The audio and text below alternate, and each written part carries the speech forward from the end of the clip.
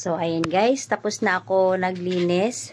Eto, dito na tayo sa ating, bago tayo dumating sa ating chapter na nakaligo na tayo, tapos na tayo lahat-lahat. Ayan, tapos na tayo ma-high blood. Tapos na tayo sa ating mga gawaing bahay. Bago tayo magtrabaho at bago tayo gumawa, ito muna ang ating so ipapakita ko sa inyo kung anong ginawa ko buong mula pagising ko hanggang umaga, kung anong ginawa ko bago ako naligo at bago ako pumasok at bago ako gagawa ng pera. Kasi hindi pwedeng matulog lang tayo dito sa bahay, hindi na tayo pwedeng wala tayong gagawin trabaho, kailangan natin kumita ng pera at kailangan natin magtrabaho para din may ambag sa kanila. So bago ako ginawa lahat-lahat yon, marami pa akong pinagdaanan bago ako maligo, bago maging fresh. Yan guys, so tara. Ayan guys, sa pagising natin sa umaga dahil wala siyang pasok, tutor muna natin siya sa kanyang araling panlipunan. Habang nag-tutor ako, naglilinis na rin ako para ayusin ang aking paglilinis sa buong bahay at nagwawalis ako ngayon.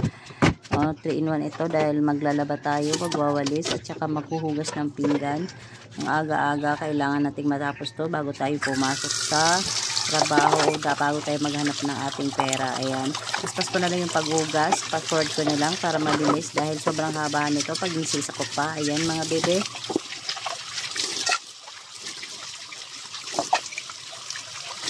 marami na naman akong labahan, hindi ka lang instant nanay, kailangan maglaba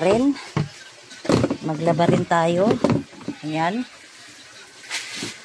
tapos natin maglaba, magwashing pa tayo, magwawalis tayo.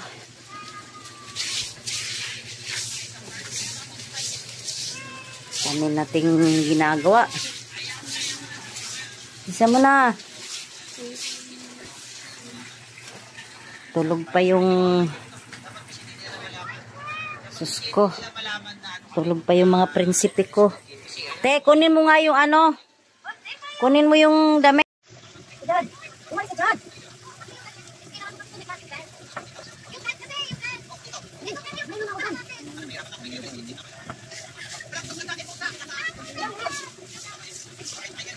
Ilan na?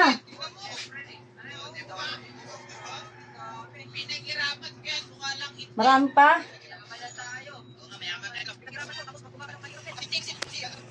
Ayan, sa awa ng Diyos, tapos na ako magsaing. Ayan, kusinira din tayo pagdating dito sa bahay.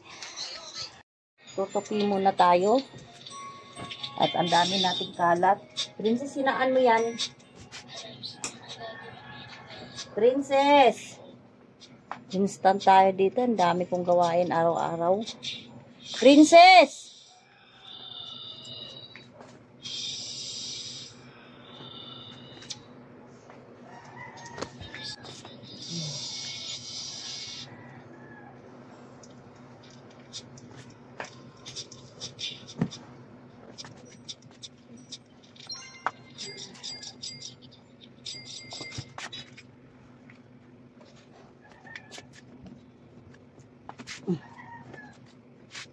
Tapos na tayo magtupi.